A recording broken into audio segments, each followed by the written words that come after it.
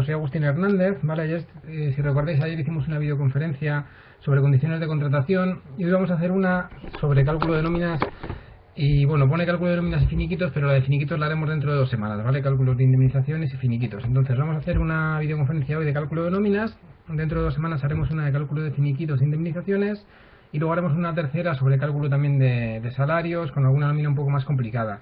Hoy vamos a empezar con lo más básico en nóminas, ¿vale? Pues cómo se calcula una nómina, cuáles son los conceptos más importantes, qué es el salario y qué es lo que se incluye, ¿vale? Para empezar a comprender los conceptos básicos de los recibos justificativos de salarios, ¿vale?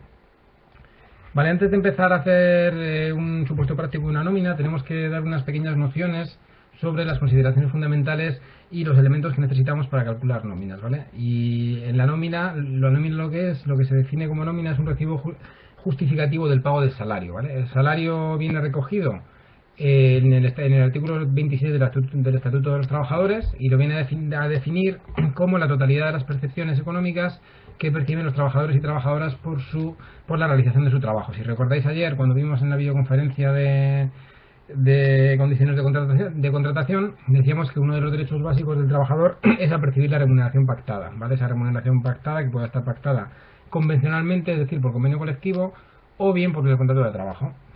El dinero, la remuneración puede ser en dinero o también puede ser en especie. Lo que hace la retribución es retribuir el trabajo efectivo del trabajador, ¿vale? El que sea en dinero o en especie implica que en dinero es en efectivo y en especie es, por ejemplo, la entrega de un determinado bien o servicio al trabajador, que tiene una valoración y una compensación económica, por ejemplo, la entrega de una vivienda, la entrega de un coche, etcétera, etcétera, ¿vale? Para el trabajo.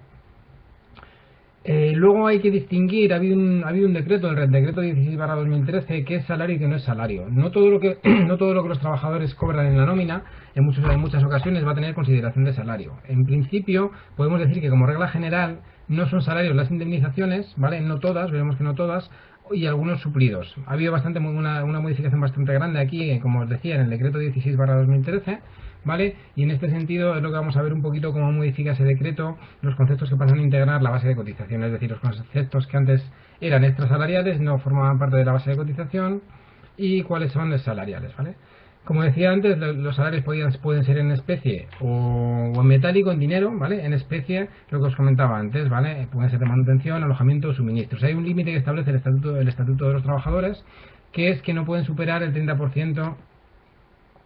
Vale, me dice una compañera que no oye. ¿Me estáis oyendo todos? Porque a veces lo que puede ocurrir es que quizás sea por el tema de la conexión. Si estás conectada por wifi o con el smartphone, y igual puedes tener algún problema por eso, ¿vale? Vale, lo que os decía, ¿vale? El límite máximo de salario en especie que puede percibir un trabajador es el del 30%, ¿vale?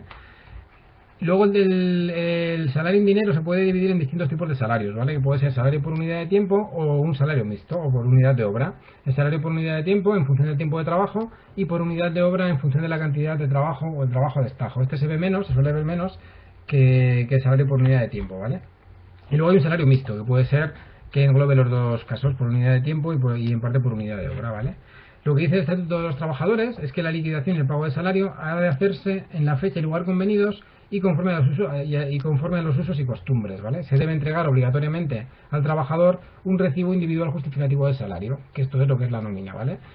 ¿Qué ocurre si el empresario no paga los salarios al trabajador? Que el trabajador va a tener la opción de presentar una demanda de reclamación salarial, es decir, una demanda reclamando los salarios pendientes.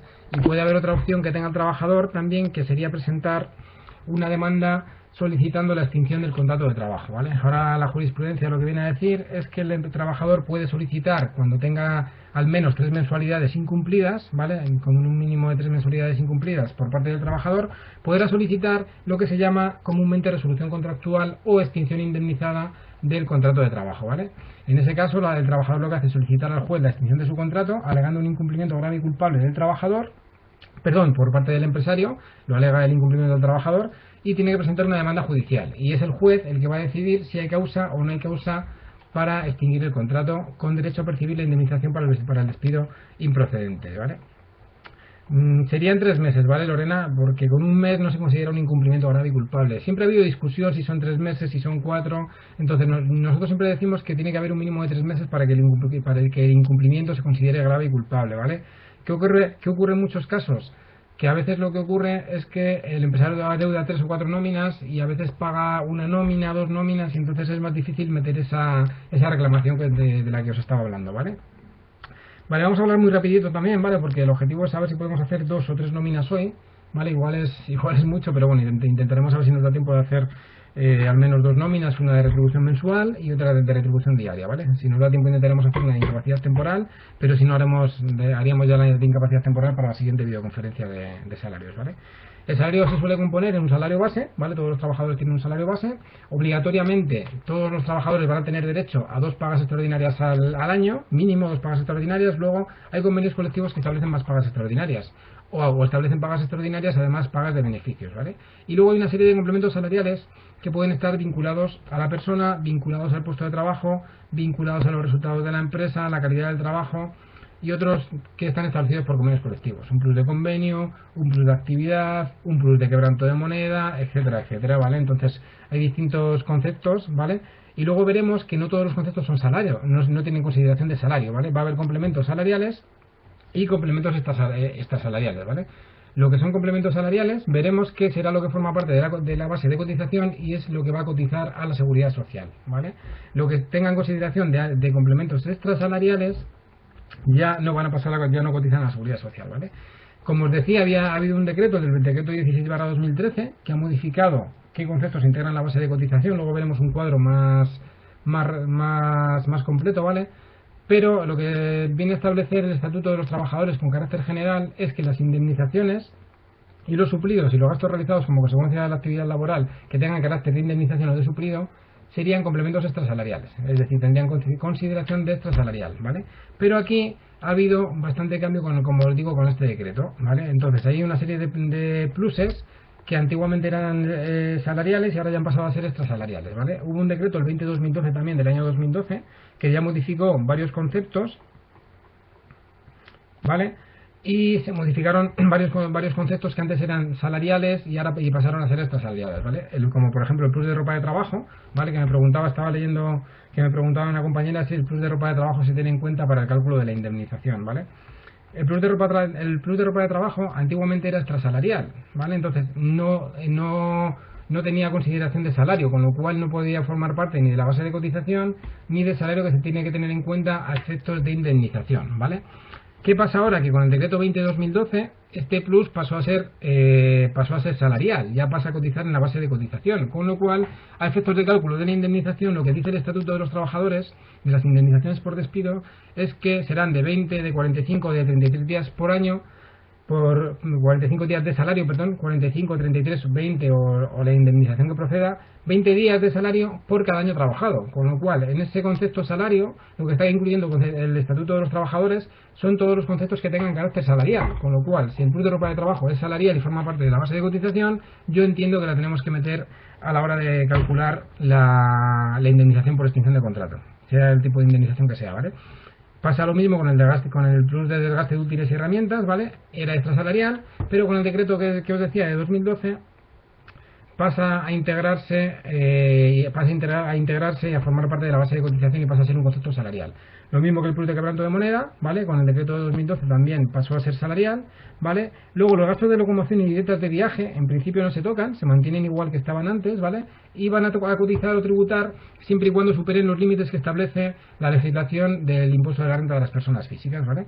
Donde ha habido más discusión ha sido en el plus de distancia y el plus de transporte, ¿vale? Que no cotizaba, pero a raíz del decreto 16/2013, ¿vale? Recordad, hay 2 decretos que modifican estos pluses, uno del año 2012 y otro del año 2013, de diciembre del año 2013. El decreto 16/2013 lo que hace, entre otras cosas, es que el plus de distancia y transporte y determinados gastos de manutención en la misma localidad del puesto de trabajo van a pasar a cotizar y van a pasar a formar parte de la base de cotización, ¿vale?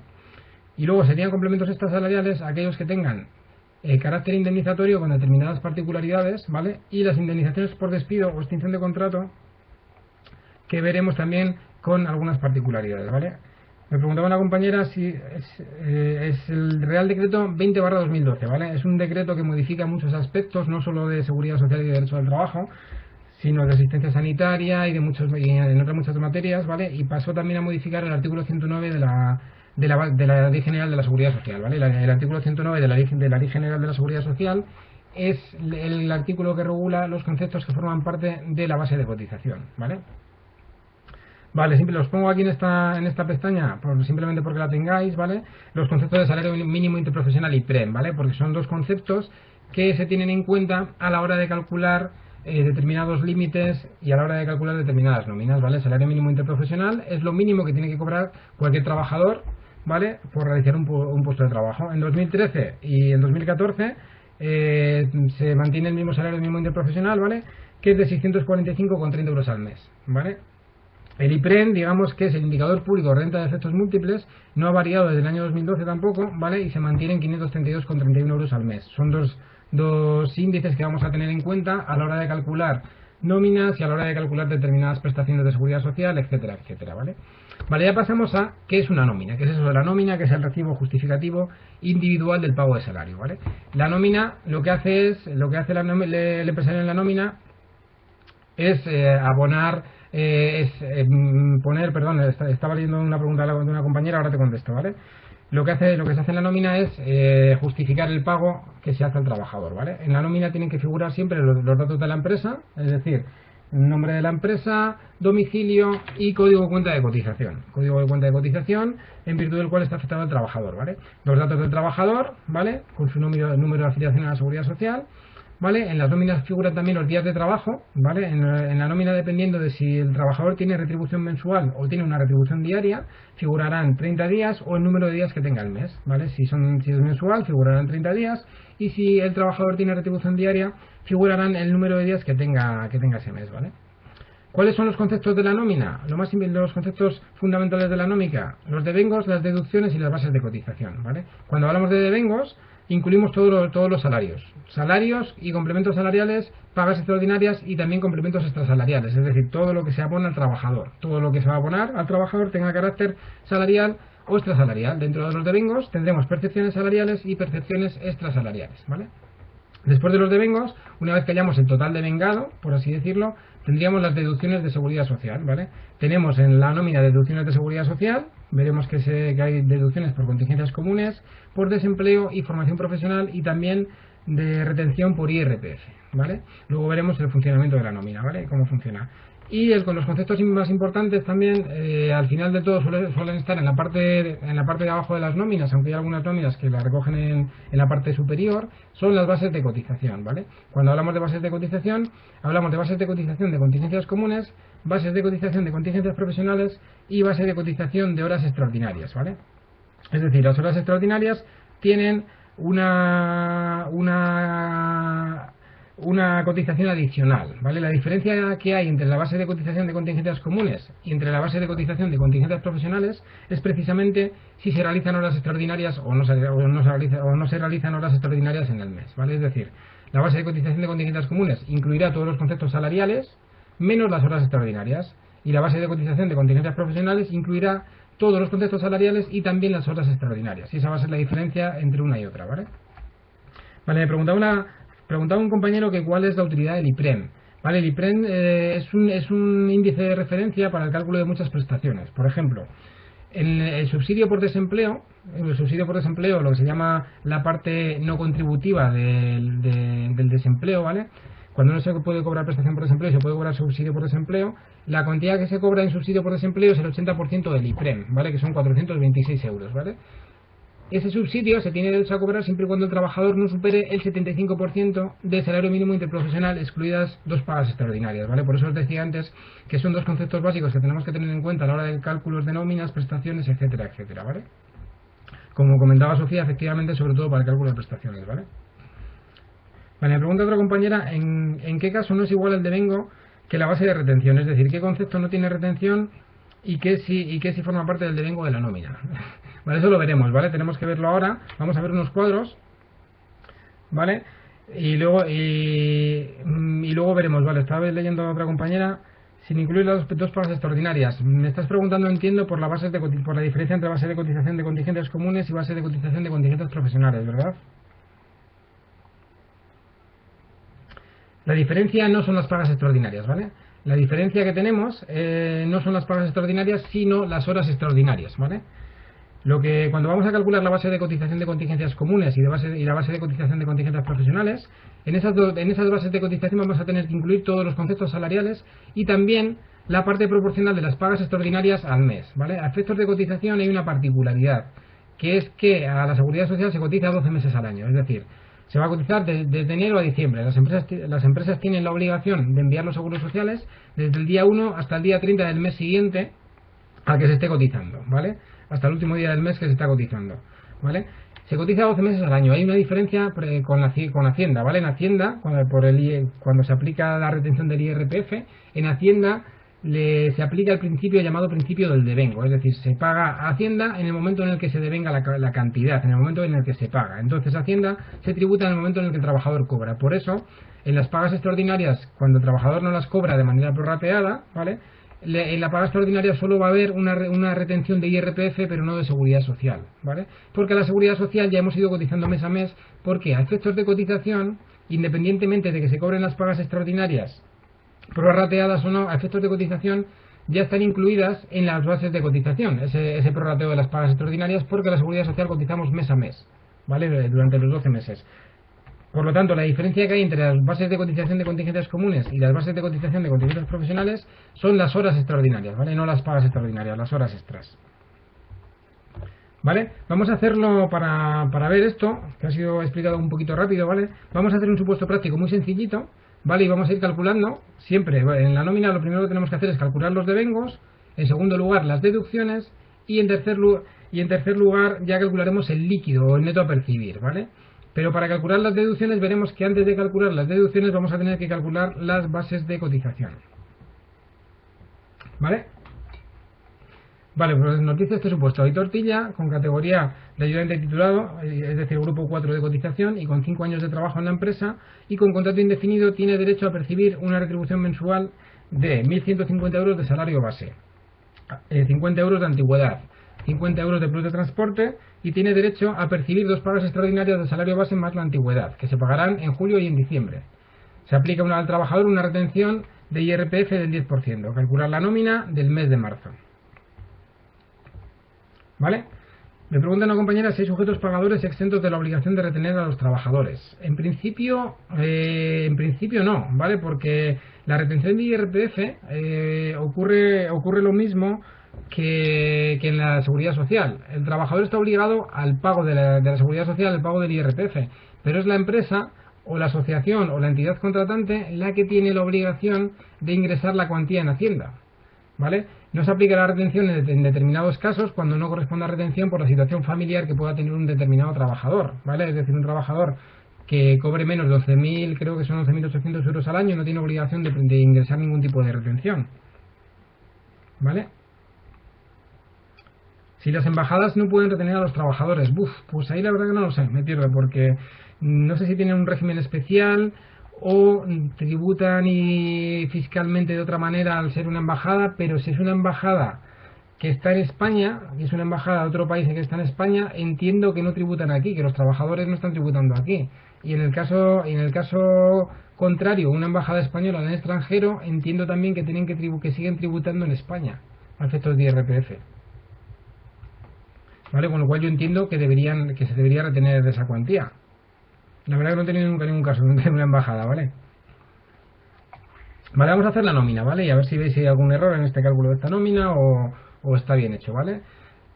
Vale, para calcular la nómina, como os decía, lo primero que tenemos que hacer es calcular los devengos, ¿vale? Para calcular el total devengado, ¿vale? Entonces, como vemos aquí, en devengos tenemos salario base, antigüedad y plus de transporte, ¿vale? Entonces lo que tenemos que hacer es calcular el total devengado, es decir, el total devengado va a ser el total de devengos, serían percepciones salariales y percepciones extrasalariales, ¿vale? En este caso tenemos salario base, antigüedad y plus de transporte, ¿vale? Como os he comentado antes, el plus de transporte siempre fue un plus extrasalarial, ¿vale? Y aquí enlazo con la pregunta que hacía una compañera antes, que para qué servía el IPREM, ¿vale? El plus de transporte era un complemento extrasalarial siempre y cuando no superase el 20% del IPREM, ¿vale? El 20% de esos 532,51 euros de los que os hablaba antes, ¿vale?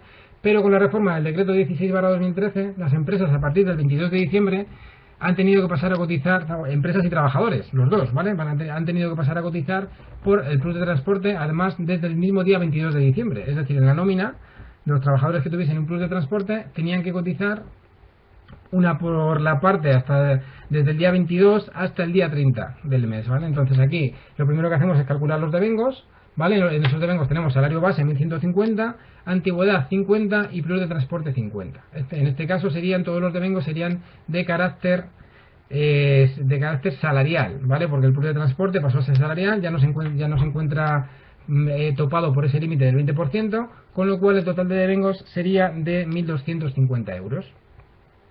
¿Vale? Una vez que tenemos los devengos, como os decía antes, lo siguiente que tenemos que hacer cuando vamos a calcular una nómina es calcular las deducciones a la seguridad social, ¿vale? Pero claro, antes de calcular las deducciones a la seguridad social, tenemos que conocer las bases de cotización, ¿vale? Es decir, siempre que tengamos que calcular las deducciones a la seguridad social, antes tenemos que calcular las bases de cotización de contingencias comunes y de contingencias profesionales y si las hubiese de horas extraordinarias, ¿vale? Porque son las bases en función de las cuales vamos a cotizar y le vamos a aplicar los tipos de cotización establecidos, ¿vale? ¿Cuáles son esos tipos de cotización? Lo veremos luego, ¿vale? Porque cuando hagamos la deducción la calculamos, ¿vale? ¿Por qué cotizan los trabajadores? Los trabajadores cotizan por contingencias comunes, ¿vale? Por desempleo, por formación profesional y luego tributan al IRPF, ¿vale? El concepto de cotización y tributación, como veis, es distinto, ¿vale? La cotización, cuando hablamos de cotización, hablamos siempre de cotización o de pago de cuantías a la seguridad social, y cuando hablamos de tributación hablamos de pago de IRPF o pago a la agencia tributaria, ¿vale? Entonces, una vez que tengamos la base de cotización, podremos calcular las deducciones, pero aún no lo podemos calcular, ¿vale? Con lo cual nos tenemos que ir al cálculo de la base de cotización de contingencias comunes, ¿vale? Para el cálculo de la base de cotización de contingencias comunes tenemos que coger todos los pluses salariales, ¿vale? Todo lo que es salario, de la base de cotización forma parte todo lo que es salario. Entonces, en este caso, tenemos el salario base, son 1.150 euros el salario, con lo cual lo tenemos en cuenta para la base de cotización. La antigüedad, obviamente, es un plus salarial, ¿vale? Y el plus de transporte también ha pasado a ser un plus salarial, ¿vale? Antes de la reforma, estos 50 euros no cotizarían como plus de transporte, pero ahora han pasado a cotizar, ¿vale? Y luego tendríamos que calcular la parte proporcional de las pagas extraordinarias, ¿vale? Porque como os decía antes, para calcular la base de cotización de contingencias comunes, independientemente de que el trabajador cobre las pagas extras prorrateadas o las cobre en junio y en diciembre, ¿vale? Sabéis que las pagas extraordinarias, el trabajador tiene derecho a cobrarlas en junio y en diciembre, pero puede ocurrir que haya empresas o que convenios colectivos determinados establezcan que las pagas extraordinarias se prorratean en la nómina mensual de cada mes, ¿vale? Entonces, eso es independiente del cálculo de la base de cotización, ¿vale? Independientemente de cuál sea la política de la empresa o lo que establezca el convenio colectivo, a la hora de calcular las bases de cotización, siempre vamos a tener que calcular la parte proporcional de las pagas extraordinarias para incluir en la base de cotización, ¿vale? ¿Esto cómo lo tenemos que hacer? Pues tenemos que coger el número de pagas extraordinarias que tenemos, multiplicarlo por la cuantía de las pagas extraordinarias. Aquí en el enunciado nos decía que el trabajador tiene derecho a percibir dos pagas extraordinarias de salario base más antigüedad. Y nos dice pagaderas en julio y en diciembre. Con lo cual aquí, si os dais cuenta, ya nos están diciendo que las pagas extras no están prorrateadas, ¿vale? Se abonan en julio y en diciembre. Con lo cual, en este caso, estamos haciendo un caso de retribución mensual. Es decir, el trabajador cobra todos los meses lo mismo. El mes que tiene 30 días cobra 30 días, el que tiene 31 también cobra 30 días, el que tiene 28 también cobra 30 días. ¿Vale? Entonces, en este caso es muy sencillo hacer el prorrateo de las pagas extraordinarias. Tendríamos que coger dos pagas extraordinarias, multiplicarlas por el importe, que sería salario base más antigüedad, es decir, 1.150 más 50, ¿vale? Dividiríamos entre 12 y ya nos saldría el prorrateo de las pagas extraordinarias. En este caso lo podemos hacer sencillamente dividiendo entre 12 porque es prorrateo mensual, ¿vale? Perdón, porque es en retribución mensual la del trabajador. Cuando hagamos una nómina de retribución diaria, tendremos que dividir entre el número de días del año, que es el número de días en los cuales se devenga la paga extraordinaria, son 365 días, y multiplicar por el número de días del mes, sean 31, sean 30 o sean 28, ¿vale? ¿Entendido cómo funcionaría el prorrateo de las pagas extraordinarias?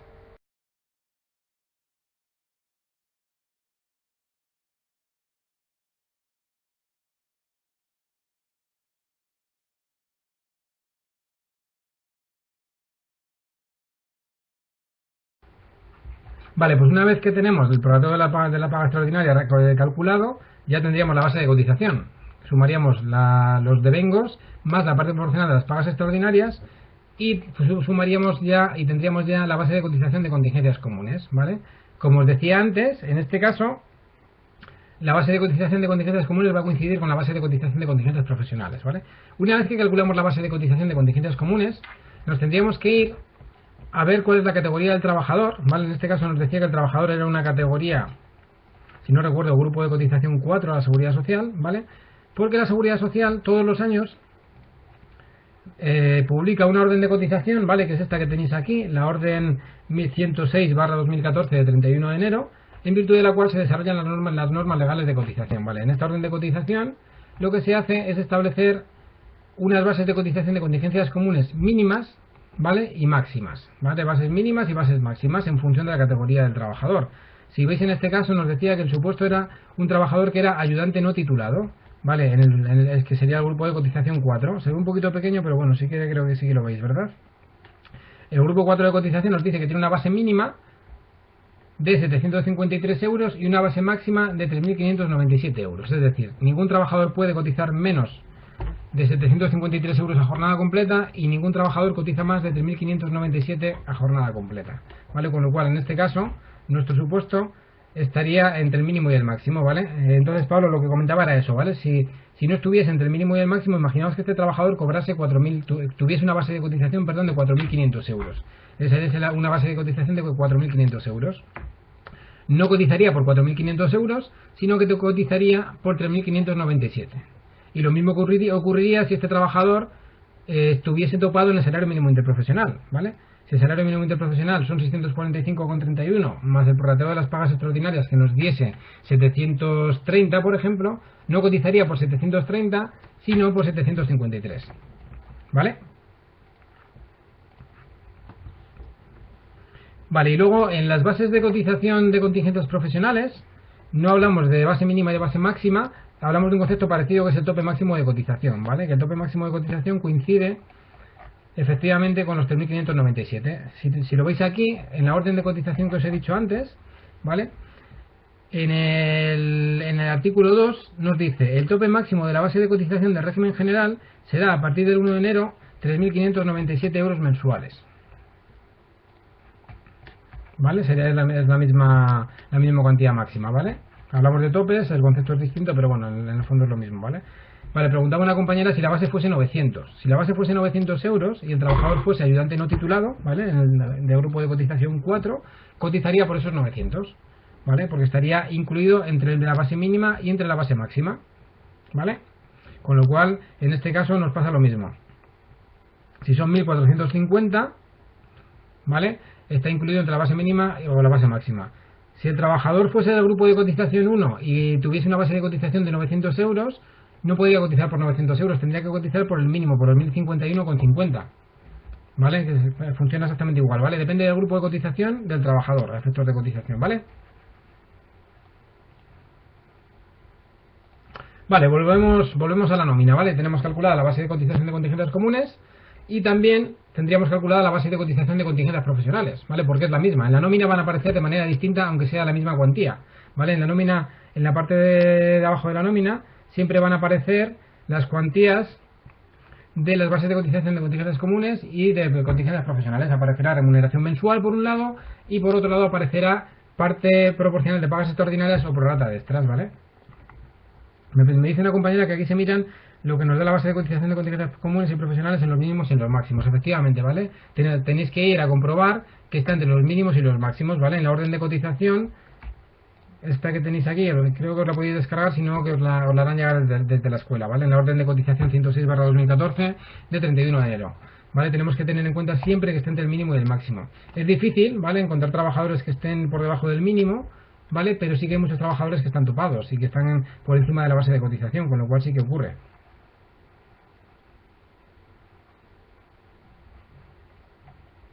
Me pregunta una compañera que si tenemos que comprobar, en este caso, solo el resultado de la base de cotización de contingencias profesionales. tenemos que comprobar el resultado que nos da, está claro, pero nos da 1.450 euros la base de cotización de contingencias comunes y la base de cotización de contingencias profesionales, ¿vale? En este caso nos da 1.450 euros y hemos comprobado que está dentro de los límites para el grupo de cotización 4, en el cual está dado de alta este trabajador, y estaría dentro de la base mínima de cotización y dentro de esa base máxima de cotización, ¿vale? Con lo cual ya lo habríamos comprobado en este caso, ¿vale? Vale, pues una vez que tenemos las bases de cotización, ya el siguiente paso sería calcular las deducciones de seguridad social y la retención del IRPF, ¿vale? Con lo cual, ¿cuáles son las deducciones de la seguridad social? También os podéis ir a la orden de cotización, ¿vale?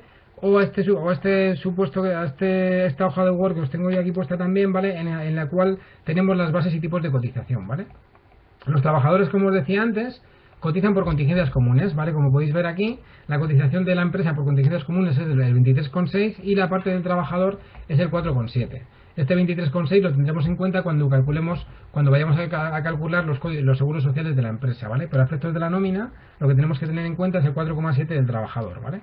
Los trabajadores cotizan también por desempleo, ¿vale? Como veis aquí, el desempleo va a ser distinto dependiendo de si el contrato es indefinido, ¿vale? Que cotizan al 1,55, o dependiendo de si el contrato es de duración determinada, es decir, es un contrato temporal, ¿vale? Que cotizan al 1,60.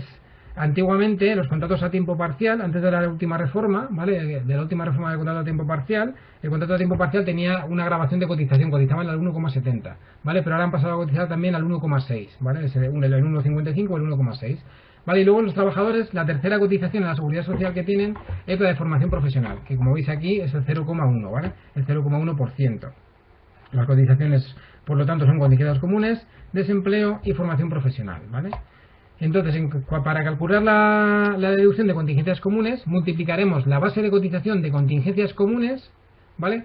Por el 4,7%. ¿Vale? Y eso nos da 68,15, 1.450 euros por el 4,7% nos da 68,15, ¿vale? En el caso del desempleo, multiplicaremos la base de cotización también de contingencias comunes por el 1,55%, ¿verdad?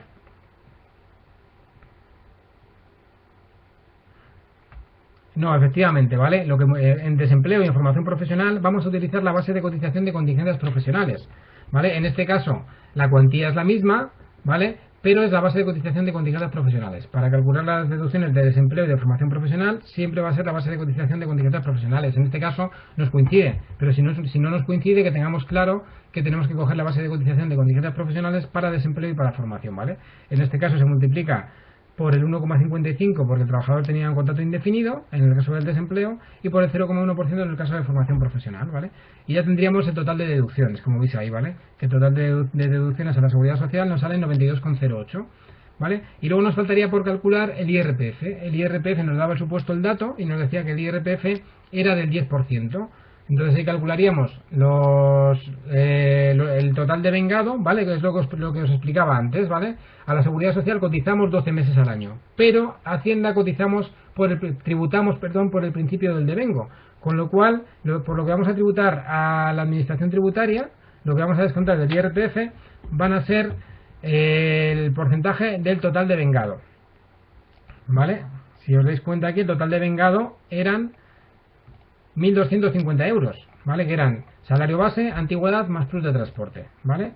Con lo cual multiplicamos el total de vengado, los 1.250, por 10 euros y ya con esto tendríamos el líquido a percibir, ¿vale? Del líquido a percibir, ¿qué hacemos? 1.450 menos 92,08 y menos 125.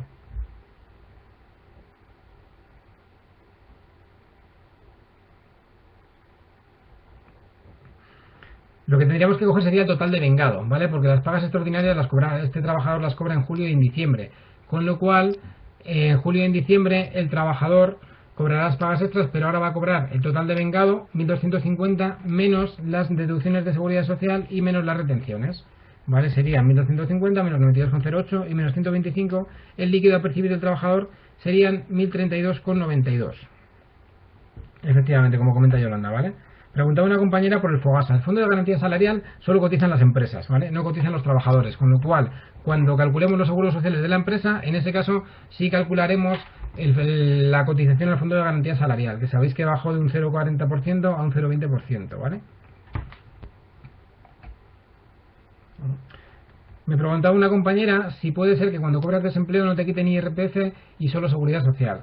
Que como regla general el desempleo no descuenta IRPF, ¿vale? Con lo cual, luego a efectos de la administración tributaria, si en desempleo has tenido dos pagadores, por un lado el Servicio Público de Empleo y por otro la empresa, vas a tener obligación de presentar declaración de la renta siempre y cuando el segundo pagador te haya pagado más de 1.500 euros al año, ¿vale? Con lo cual el problema que tienes ahí muchas veces es que si el desempleo no te está quitando nada, luego te va a tocar pagarlo en Hacienda. Entonces, en muchas ocasiones es mejor ir a la oficina del Servicio Público de Empleo y solicitar que te apliquen un tipo de retención. Pero por defecto el desempleo no quita tipo de retención, solo se descuenta la seguridad social, efectivamente, ¿vale?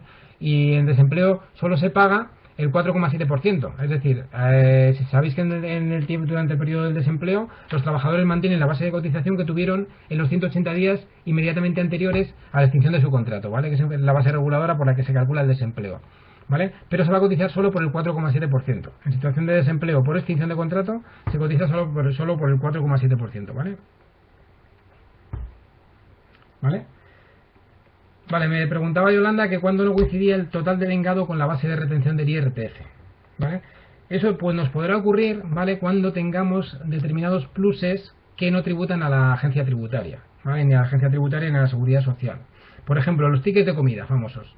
Los tickets de comida que ahora ya han pasado a cotizar y a tributar, ¿vale? Formaban parte del total de vengado, ¿vale? Pero no de la cuantía que se tenía en cuenta a efectos de cálculo del IRPF, ¿vale? Las dietas y asignaciones para gastos de viaje, ¿vale? Las dietas y asignaciones para gastos de viaje las vamos a incluir en la nómina como total de vengado, pero no se va a descontar cuantía porque si están exentas, ¿vale? ¿Vale? Ok. Vale, ¿alguna duda hasta aquí?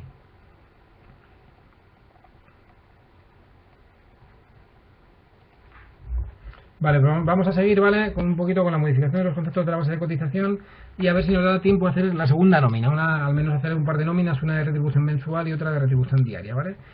¿Cuáles eran los cuales os hablaba antes de la reforma del decreto 16/2013, ¿vale? Con cuáles son los conceptos que han pasado a cotizar, cuáles son los conceptos que han pasado a tener carácter salarial, ¿vale?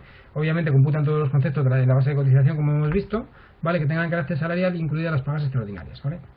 Y como os decía antes, han pasado a bases salariales algunos conceptos, como dietas y asignaciones para gastos de viaje, gastos de locomoción, que excedan los límites del IRPF, plus de transporte y distancia, algunas indemnizaciones por fallecimiento, traslados, despidos y ceses, ¿vale? En principio serían extrasalariales, pero hay algunos casos en los que no, ¿vale? Los pluses de quebranto de moneda, compensación de gasto, percepciones por matrimonio y las prestaciones y mejoras de la acción protectora de la seguridad social, ¿vale? Vale, en estos cuadros, no sé si los vais a ver bien, ¿vale? Tenemos aquí un poquito la reforma que se establece en primer lugar en virtud del decreto 20/2012 y luego en virtud del decreto 16/2013 que entra en vigor el 22 de diciembre del año pasado, de 2013, o sea, hace prácticamente nada, como quien dice, ¿vale? Entonces, los conceptos más importantes que pasan a cotizar son, entre otros, el plus de transporte y el de distancia, ¿vale? Si veis ahí en el cuadro, hasta el decreto 20/2012, lo que cotizaba y formaba parte de la base de cotización en el plus de transporte era lo que excedía del 20% del IPREN, mientras que ahora, a partir del decreto 16/2013, es decir, a partir del 22 de diciembre, ha pasado a cotizar por el importe íntegro, ¿vale? Cuando en un convenio colectivo se establezcan una serie de mejoras de las prestaciones de la seguridad social que no sean las de incapacidad temporal, es decir, los complementos de incapacidad temporal no estarían incluidos en este caso, ¿vale? Antes estaban exentos, ¿vale? Como podéis ver ahí, y con el decreto de 2013 han pasado a cotizar por el importe íntegro, ¿vale? Esta es una modificación también bastante importante. ¿Vale? Luego hay una serie de retribuciones en especie, ¿vale? Que los gastos de estudios y manutención, que en principio lo que cotizan es el coste para el pagador incluidos los tributos. Ahí no ha habido diferencia, ¿vale? Entonces no me extiendo en él. Los derechos fundadores de sociedades tampoco, ¿vale? Tampoco se han modificado.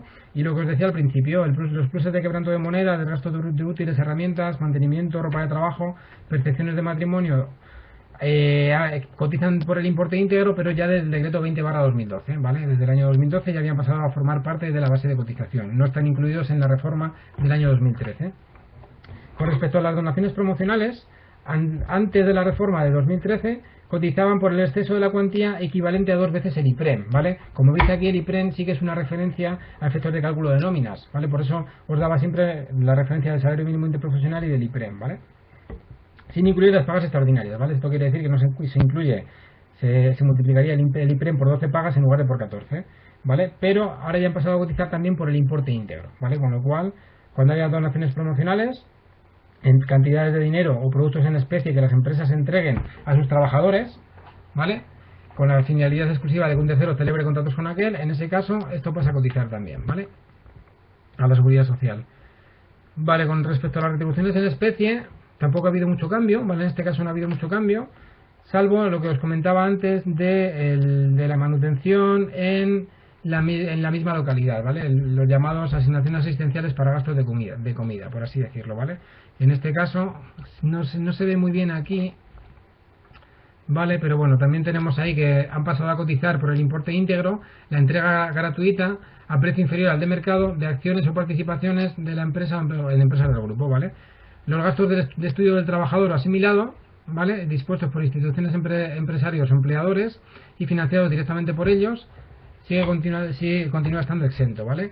Lo que se ha modificado es que pasa a cotizar también las entregas de productos a precios rebajados, ¿vale? Lo que se llamaban antiguamente los comedores y las cantinas de las empresas, ¿vale?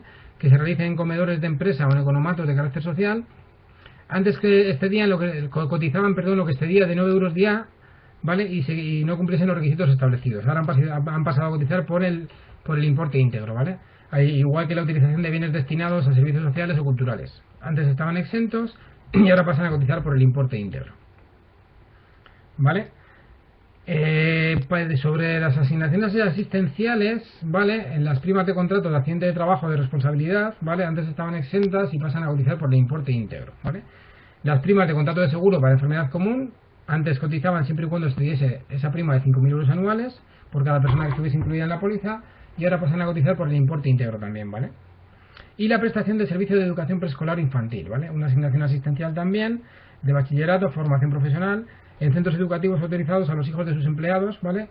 Con carácter gratuito o por precio inferior al normal de mercado, es decir, una asignación asistencial para este servicio de educación, antes estaba exento y ahora pasa a cotizar también por el importe íntegro, ¿vale? Y con respecto a los gastos de locomoción y estancia, en principio los límites, cuando el desplazamiento es a un domicilio que está, a una localidad que es una localidad distinta del lugar de prestación de servicios, en principio no hay cambio, ¿vale? No hay cambio.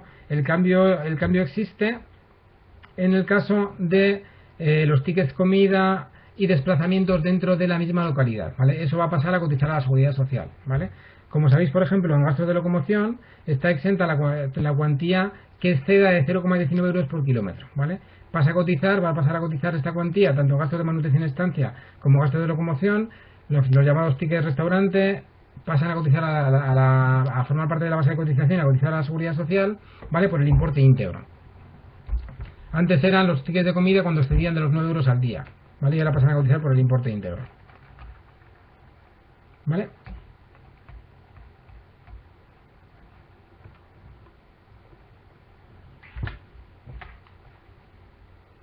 Preguntaba una compañera que si la empresa tiene un seguro de responsabilidad civil a favor de determinados trabajadores, si habría que calcular la parte de la prima que les corresponde y cotizarla.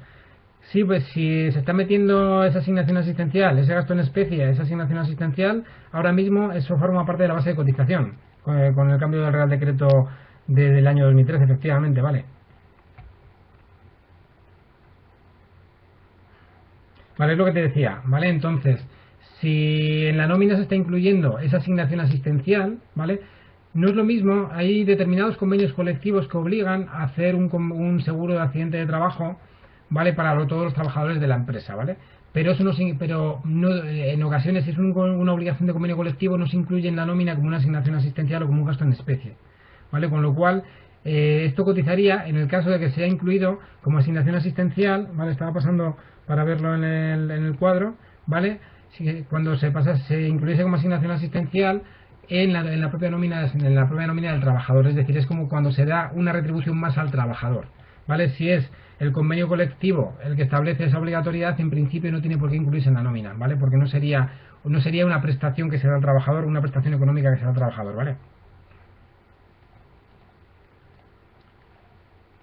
¿Vale? Y luego nada, bueno, para terminar, las indemnizaciones por despido cese, las indemnizaciones por fallecimientos, traslados y suspensiones, en principio están exentas siempre y cuando no excedan los límites que establece la Seguridad Social, ¿vale? Es decir, una indemnización por despido improcedente estará exenta siempre y cuando no exceda los límites de 45 días por año hasta el 12 de febrero de 2012, ¿vale? Y de 33 días por año a partir del 12 de febrero de 2012, ¿vale?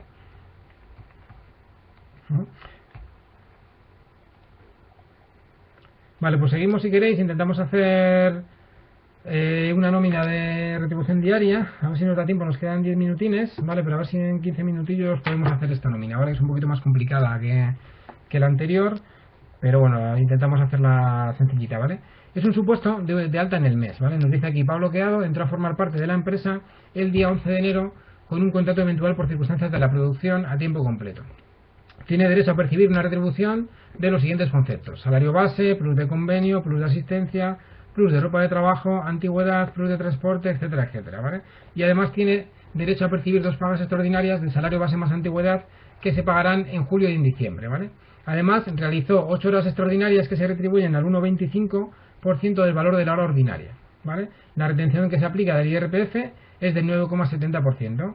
Calcular su nómina del mes, ¿vale? Nos dice aquí que tenemos que calcular la nómina del mes de enero, ¿vale? Vale, os dejo 2 minutillos a ver si calculáis el total de vengado, a ver si os sale lo mismo que a mí, ¿vale? Me preguntaba Pablo si todas las prestaciones, si son por convenio, no se incluyen. No, hablaba básicamente de la póliza, de una póliza de accidente de trabajo, ¿vale? Si no está incluida, porque no está incluida en el convenio colectivo dentro del apartado de remuneraciones, ¿vale? Imagínate, si viniese como una remuneración más, como una remuneración en especie, en el convenio colectivo, en ese caso sí que se incluiría, ¿vale?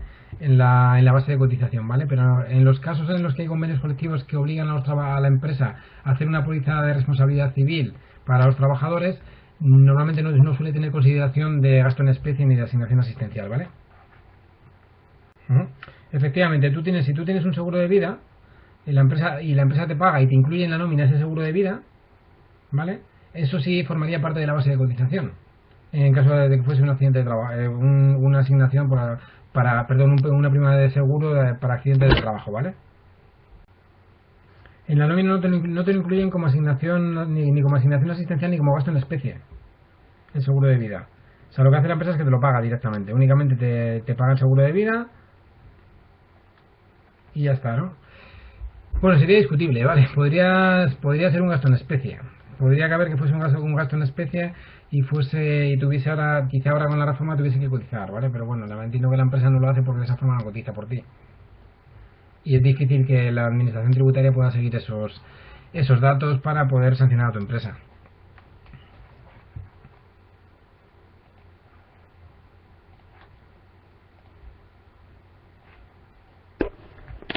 Vale, ¿cómo vais con el total de vengado?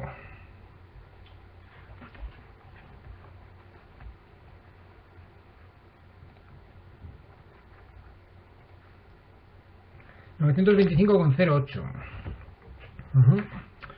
Vale, no recuerdo cuánto me salía, pero parecido, ¿vale? Nos pueden variar aquí algún concepto, ¿vale? Porque depende de los días que hayamos tomado.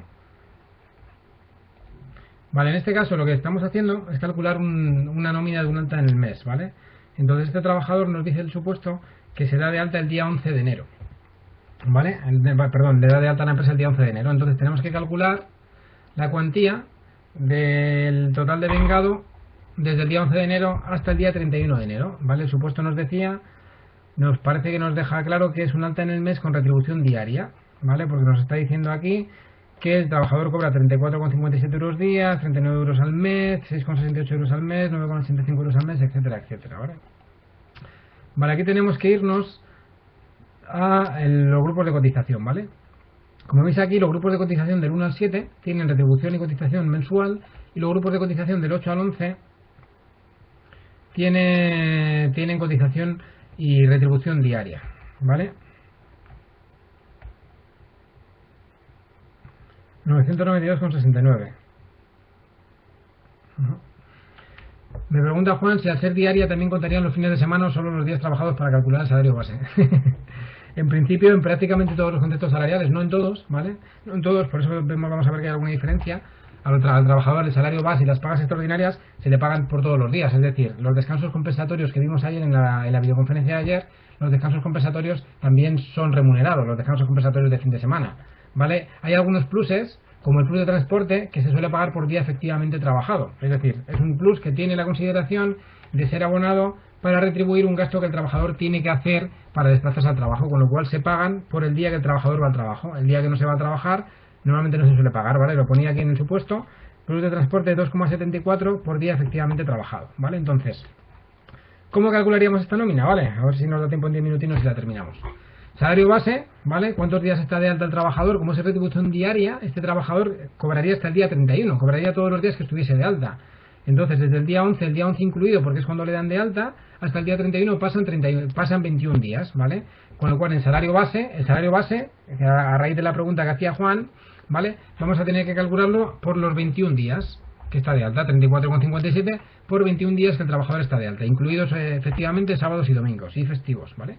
Y eso nos sale 725,97. Y efectivamente, Yolanda, la antigüedad es 0, porque el trabajador está de alta en el mes, con lo cual no podemos incluir la antigüedad, ¿vale? Aquí es donde viene la diferencia, en el plus de transporte, ¿vale? El plus de transporte, como se paga por día efectivamente trabajado, tenemos que calcularlo solo sobre los 15 días que yo puse 15 días, ¿vale? Aquí dependería de la ciudad en la que os encontréis, porque puede ocurrir que en el mes de enero tengáis una fiesta local y en esa fiesta local el trabajador no vaya a trabajar, pero bueno, yo en enero cogí y supuse que eran 15 días los días efectivamente trabajados, ¿vale? El plus de transporte se paga por día efectivamente trabajado, ¿vale? Con respecto al plus de convenio, que veo que se está liando algunos, ¿vale? Aquí estoy haciendo un supuesto de retribución diaria, ¿vale? Y aquí nos dice el supuesto que el trabajador tiene derecho a un plus de convenio, estaba puesto un poco para liarlo un poco, ¿vale? Un plus de convenio de 39 euros al mes, ¿vale? Es decir, que todos los meses cobra lo mismo.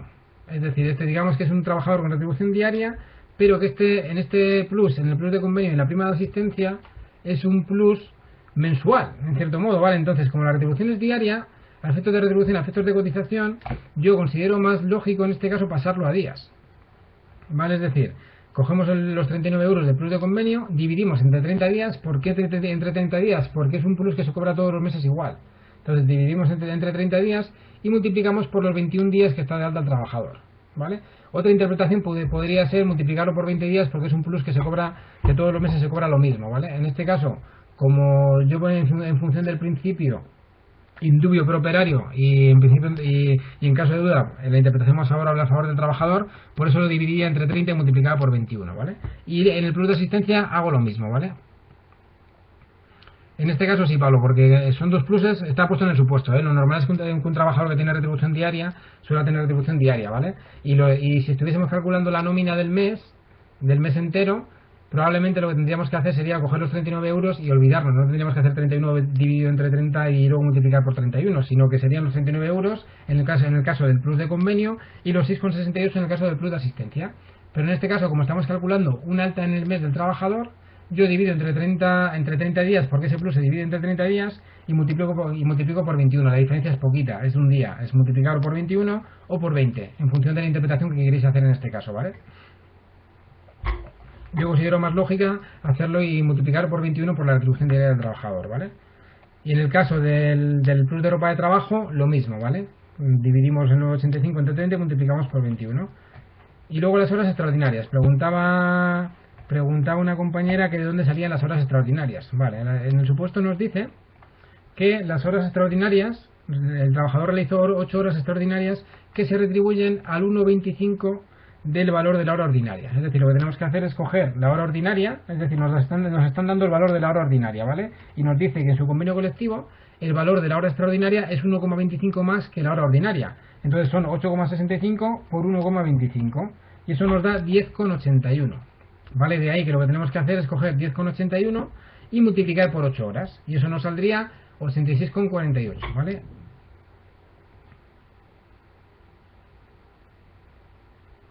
¿Vale? Me preguntaba una compañera si en el alta del mes se tienen en cuenta los días del mes en concreto, si son 30, 31 o 28.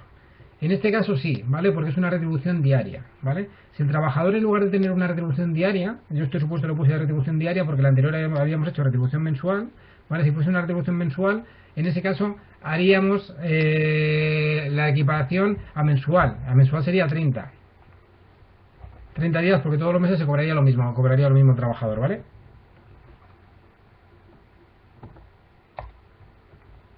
Vale, pues ya tendríamos el total de vengado, que a mí me sale 892,42.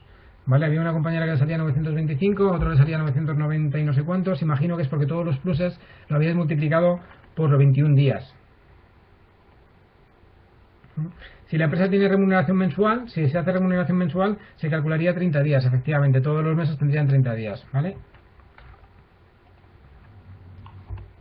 Vale, pues una vez que tenemos el total de vengado, tendríamos que calcular las deducciones, ¿vale? Igual que en el caso anterior, ¿vale? Voy a intentar ir rapidito, pero bueno, si veis que os perdéis, me paráis, ¿vale?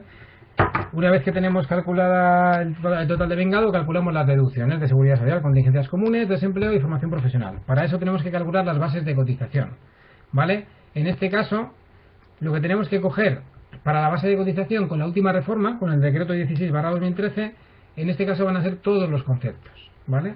Salario base, plus de transporte, porque ha pasado a cotizar, plus de convenio, que también es salarial, plus de asistencia, que es salarial, y el plus de ropa de trabajo, que como sabéis, también pasó a ser salarial por el decreto 20/2012, ¿vale? Y la diferencia aquí sí vamos a tener diferencia entre base de cotización de contingencias comunes y base de cotización de contingencias profesionales, ¿vale? Porque sí que hay horas extraordinarias, pero las horas extraordinarias no computan en la base de cotización de contingencias comunes, ¿vale? Con lo cual, si veis, cogemos 0, y cogemos salario base 725, plus de transporte 41, plus de convenio 27, plus de asistencia 4,68 y plus de ropa de trabajo 6,90, 6,895 que he puesto ahí, pero bueno, sería 6,90, ¿vale? Y luego nos faltaría por calcular la parte proporcional de las pagas extraordinarias, ¿vale? En este caso, lo que nos dice el supuesto es que el trabajador tiene derecho a 2 pagas extraordinarias de salario base más antigüedad, ¿vale? Entonces tenemos que calcular el salario base más antigüedad diario. No había antigüedad. Si recordáis, vale, os doy un minuto a ver qué os sale de parte proporcional de pagas extraordinarias. Lo intentéis hacer. 120,99. Vale, ahora lo vemos, ¿vale? Me preguntan un compañero, otra compañera o compañero, que si un trabajador en baja en incapacidad temporal por accidente de trabajo, que cómo cotiza la seguridad social. Vale, en la tercera videoconferencia de nóminas haremos alguna nómina de incapacidad temporal, ¿vale? Si nos da tiempo intentamos hacer una de contingencia común y otra de accidente de trabajo, ¿vale? Pero en principio la cotización por accidente de trabajo va a depender de la base de cotización de contingencias profesionales del mes anterior a la baja, ¿vale? Con la particularidad de que vamos a tener que hacer un prorrateo, ¿vale?, de las horas extraordinarias realizadas durante el año anterior, ¿vale? Pero la cotización se mantiene igual, es decir, se cotiza contingencias comunes, desempleo y formación profesional, pero en función de la base de cotización de contingencias profesionales del mes anterior a la baja, ¿vale? Vale, 120, 172. A mí me salía más aproximado a los 120, creo recordar. Vale, vamos a verlo, ¿vale? Que ya me estoy pasando de tiempo, como de costumbre. Vale, yo lo que hice fue coger, como este trabajador tiene retribución diaria, tenemos que coger el año de los 365 días, no nos valdría el año comercial en este caso, ¿vale? Con lo cual tenemos que coger el año de 365 días. Entonces cogemos 30 días de salario base más antigüedad, ¿vale? Salario base son 34,57, entonces multiplicaríamos 30 por 34,57, ¿vale? Que eso nos da, aunque no os lo he puesto ahí, son 1037,10. Eso lo multiplicamos por 2 pagas extraordinarias que tiene el trabajador, ¿vale? Tenemos que hacer el prorrateo a días, dividimos entre 365 días, ¿vale? Y multiplicamos por 21 días, que son los días en los que está de alta el trabajador. Y eso me sale 119,34. ¿Vale? Supongo que a Alberto le salen 120,99 porque has cogido igual 360 días en lugar de 365, ¿vale? Cuando el prorrateo de pagas extraordinarias lo hacemos en una retribución diaria, tendríamos que coger 365 días, ¿vale? Si el prorrateo lo hiciésemos en una retribución mensual serían efectivamente 360 días, ¿vale? Pero como este trabajador hemos hecho el supuesto con retribución diaria, tendríamos que dividir entre 365 días y multiplicarlo por 21 días, ¿vale? ¿Entendido? Y efectivamente, Yolanda, me sonaba que habías calculado todo el mes, efectivamente, en lugar de los 21 días, ¿vale? Ahora lo vemos, ¿vale, Lorena? Ahora vamos a ver efectivamente la base de cotización de contingencias profesionales, ¿vale? Vale, perdón, el importe total de la base de cotización de contingencias comunes, ¿vale? Que nos saldría sería 925,28. Tendríamos que comprobar que está entre la base mínima y la base máxima de cotización, pero por los días efectivos, ¿vale? Entonces ahora nos tendríamos que ir otra vez a la orden de cotización, a nuestra famosa orden de cotización, o a las bases de cotización. Muy sencillo, es que entréis también en la página web de la Seguridad Social, se-mediosocial.es, vais a cotización y ahí están colgadas todas las bases de cotización, ¿vale? Es una página web que funciona muy bien y que la verdad yo la consulto bastante, ¿vale? Entonces nos tendríamos que ir aquí a cuál es la categoría del trabajador, que no nos la daban en la nómina, pero entendemos que tiene que ser un grupo de cotización 8, 9 o 10, ¿vale? Entonces tendríamos que coger 25 euros con 10, ¿vale? Y multiplicar por 21 días, ¿vale? Para ver si está dentro de la base mínima, ¿vale? Y eso, 25 con 10 por 21 días nos saldría 527,10, ¿vale? Y la base máxima diaria serían 119,90 y multiplicar por 21 días, que son 2.517,90, con lo cual estaría claro que sí que estaría entre la base mínima y entre la base máxima de cotización, ¿vale? Sí, perdona, la página es ceg-medio-social.es, la página web de la Seguridad Social. Si metes en Google Seguridad Social te aparecerá directamente la página, ¿vale? Vale, una vez que tenemos la base de cotización de contingencias comunes, ya tendríamos que calcular la base de cotización de contingencias profesionales, ¿vale? Que aunque aquí os he puesto todo el cálculo, la única diferencia que habría entre la base de cotización de contingencias comunes y la base de cotización de contingencias profesionales serían las horas extraordinarias, ¿vale? Es decir, sumaríamos todos los conceptos anteriores, salario base, antigüedad no porque era cero, plus de transporte, plus de convenio, etcétera, etcétera, y le sumaríamos las horas extraordinarias, ¿vale? O simplemente cogeríamos la base de cotización de contingencias comunes y le sumaríamos los 86,48 de horas extraordinarias, y eso nos daría que la base de cotización de contingencias profesionales sería 1011,76, ¿vale? Y ya tendríamos una tercera base de cotización que también la tendríamos calculada, ¿vale? La tercera base de cotización que tendríamos calculada sería la de horas extraordinarias, ¿vale? Que eran las 10,81 por 8 horas extraordinarias, ¿vale? Es decir, 86,48, que era la cuantía que nos daba, ¿vale? Pues ya tenemos las tres bases de cotización que necesitamos para hacer la nómina y para calcular las deducciones, ¿vale? Entonces tendríamos que hacerlo ya directamente, aplicar los porcentajes, ¿vale? Aquí, como veis, como no nos coinciden, recordáis en el supuesto anterior que os insistí en que había que hacer el cálculo de las contingencias comunes con la base de cotización de contingencias comunes y en las contingencias profesionales con la base de cotización de contingencias profesionales, ¿vale? Con lo cual, en contingencias comunes tenemos base de cotización de contingencias comunes por 4,7, en desempleo y formación 1011,76 en lugar de 925,28, ¿vale? En desempleo, ¿por qué multiplicamos por el 1,6? Porque el supuesto creo que nos daba el dato de que el trabajador tenía contrato temporal, ¿vale? Era un contrato eventual por circunstancias de la producción a tiempo completo, ¿vale? Con lo cual, al ser un contrato eventual, la cotización no es del 1,55, ¿vale? Como en el caso anterior, sino del 1,6, ¿vale? Y luego tendríamos una cotización adicional por horas extraordinarias, ¿vale? No sé si lo metí en este supuesto del Word, ¿vale? No estaba aquí, no llegué a meterlo. Bueno, en la orden de cotización veríamos que las horas extraordinarias, las normales, cotizan también por el 4,7%. Hay otras que son de fuerza mayor que cotizan menos, cotizan un 2% para el trabajador, ¿vale? Y ya tendríamos el total de deducciones a la Seguridad Social, ¿vale? Y luego tendríamos que calcular también el IRPF. El IRPF, recordad que siempre se hace sobre el total de vengado. ¿Por qué se hace sobre el total de vengado? Porque luego cuando cobremos las pagas extraordinarias se nos descontará el IRPF en el momento del devengo, ¿vale? El total de vengado que teníamos era 892,42, multiplicamos por el porcentaje del IRPF y ya nos sale la retención del IRPF, 86,56, ¿vale? Y ahora ya, ¿qué paso nos faltaría para calcular el líquido a percibir? ¿Qué tendríamos que coger? 925,28 menos todas las deducciones de seguridad social y menos el IRPF. Efectivamente no, tenemos que coger siempre el total de vengado, ¿vale? Recordad que el total de vengado eran 892,42, entonces cogeremos 892,42, ¿vale? El total de vengado, perdón, cogeremos total de vengado y quitaremos total de deducciones de seguridad social, 64,75, descontaremos el IRPF, 86,56, y nos dará un líquido a percibir de 741,11, ¿vale? Y esta sería una nómina de un alta en el mes de una retribución diaria, ¿vale? Pues por mi parte nada más, deciros que en principio tenemos otras dos videoconferencias de nóminas y de finiquitos e indemnizaciones, ¿vale?